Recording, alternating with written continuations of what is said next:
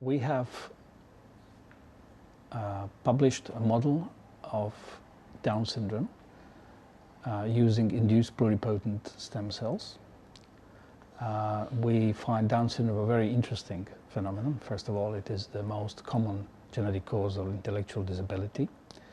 And studying Down syndrome opens a lot of clues into many different diseases.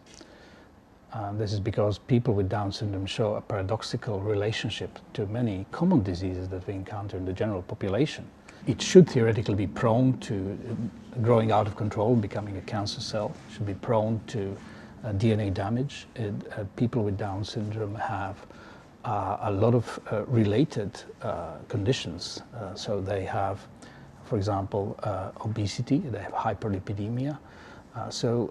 All these things should predispose them to a number of diseases such as type 2 diabetes, coronary disease, strokes, and so on. On the other hand, they have a gene called the amyloid precursor protein on chromosome 21. And again, we see early Alzheimer's dementia in a fraction of people with Down syndrome, but the other fraction, a good half of them, don't develop dementia, although they should. And it's these protective factors that are elusive that we still haven't fully understood.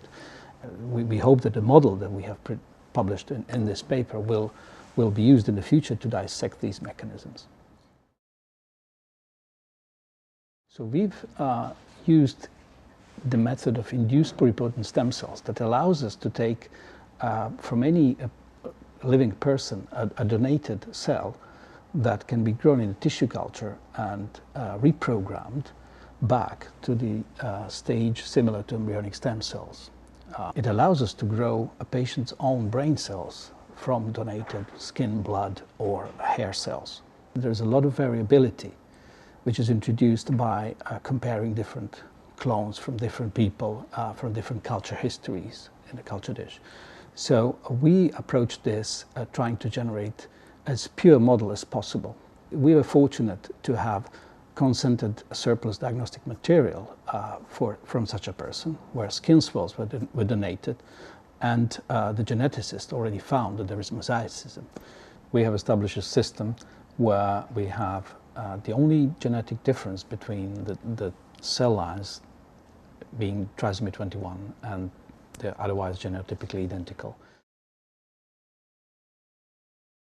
So we found that there were differences when we asked the embryonic-like stem cells, induced pluripotent stem cells, to differentiate, and in their ability to generate the optimal appropriate number of tissue-specific cells, such as blood cells and brain cells. For example, we found that when they generate hematopoietic progenitors of blood cells, they tend to hyper-generate them, whereas there is the opposite effect when they're trying to generate a neural progenitor cell. So that's one of the findings. The other finding we found was that the trisomic cells, compared to the disomic, produced a lot more of the amyloid protein, which is the protein that is a key for the pathogenesis of Alzheimer's disease.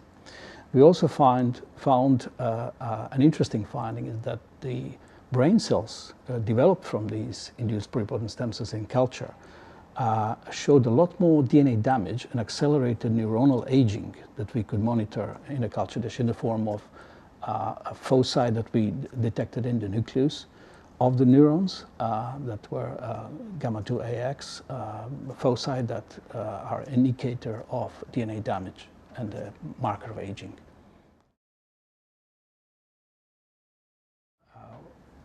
Hope to be able to use this model for understanding cellular aging as a general phenomenon, and specific for Down syndrome genes that are present on chromosome 21.